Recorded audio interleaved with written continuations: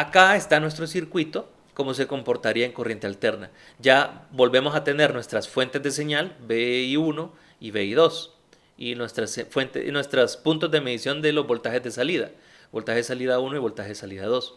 ¿Qué es lo que se hace cero ahora? Las fuentes de corriente directa. Entonces pueden ver que aquí la fuente que teníamos y la otra negativa se hicieron cortocircuitos. Y ahora este punto de arriba, que corresponde a las resistencias de colector, se fue a tierra. Y este otro punto de abajo, que corresponde al emisor, también se fue a tierra. Y por lo tanto, nosotros podemos reacomodar un poco el circuito y si se fijan acá, ya este punto superior lo mandamos a tierra y este punto inferior también se mandó a tierra.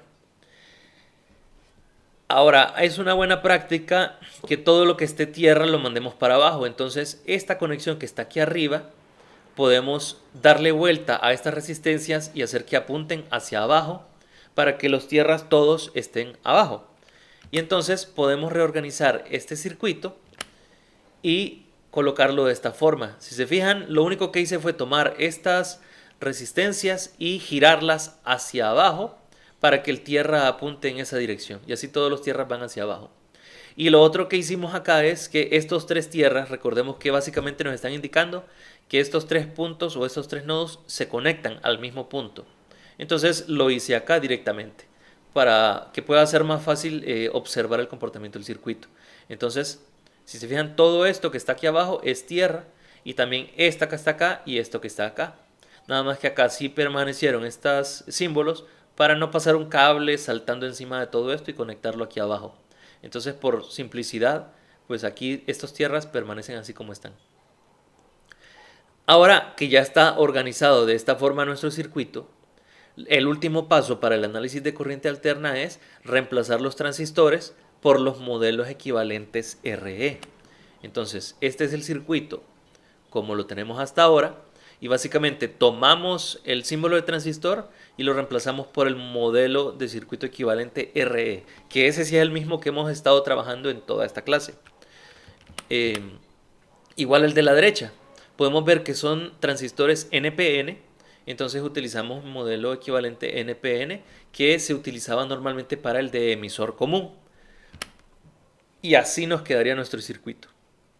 A simple vista puede parecer muy complejo, pero básicamente recordemos que es este mismo circuito de la izquierda donde hemos tomado el transistor y donde estaba el transistor conectamos el modelo equivalente. Es decir, aquí todo esto representa el transistor 1 y todo esto de aquí representa el transistor 2.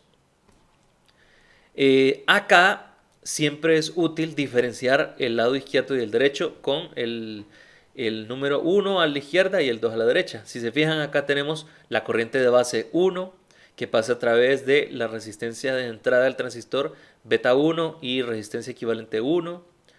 Luego tenemos en la salida del transistor su fuente de corriente directa con el valor de su corriente I sub C, que va a ser beta 1 por corriente de base 1, y la resistencia de salida 1 de ese transistor. Es decir, todo lo que se relaciona al transistor de la izquierda tiene el sufijo 1.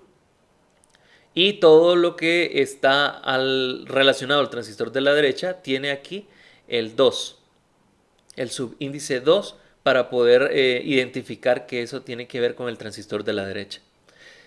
¿Por qué? ¿Por qué diferenciamos la izquierda y la derecha si dijimos que los transistores son iguales y que los valores de los transistores deben ser iguales? Sí, digamos, en términos del transistor, los componentes que tiene internamente son iguales. Pero como la señal de voltaje de entrada 1 es diferente a la señal de voltaje de entrada 2, van a generar corrientes diferentes. Entonces aquí la corriente de base 1 debe ser diferente a la corriente de base 2, porque el voltaje que genera esa corriente es diferente al voltaje que genera la otra corriente. Y a su vez, si estas corrientes son diferentes, esta beta por corriente de base 1 también va a ser diferente a beta 2 corriente de base 2. Es decir, los voltajes y las corrientes en AC no son simétricos. El de la izquierda debe ser diferente al de la derecha. Y por eso hacemos esa distinción básicamente para no confundir una parte con la otra. Ahora lo que nos quedaría es analizar el circuito. El amplificador diferencial, su principal característica es la amplificación de voltaje. Bueno, la amplificación de las diferencias de voltaje, pero básicamente es voltaje el que vamos a analizar. En este caso, la amplificación o la ganancia de corriente va a pasar a segundo plano, no nos va a interesar tanto porque este dispositivo está diseñado para amplificar voltajes. Entonces vamos a estar analizando las ganancias de voltaje, pero van a haber algunas variaciones y vamos a poder ver tres diferentes opciones de conexión del circuito. En primer lugar, vamos a ver una configuración que se denomina terminal simple. Y esa es básicamente cuando se aplica solamente una señal de entrada y la otra se conecta a tierra. Podría ser, por ejemplo, el voltaje de entrada 1, que sería la señal de entrada aplicada al circuito, y el voltaje de entrada 2 lo conectamos directamente a tierra, es decir, conectamos la base del segundo transistor con el polo a tierra. Y entonces el voltaje de este sería igual a 0. Esa sería una posibilidad. Entonces básicamente estaríamos amplificando la señal de entrada 1 y no habría otra señal de entrada. Entonces básicamente podría utilizarse este amplificador como un amplificador sencillo, como los que vimos anteriormente.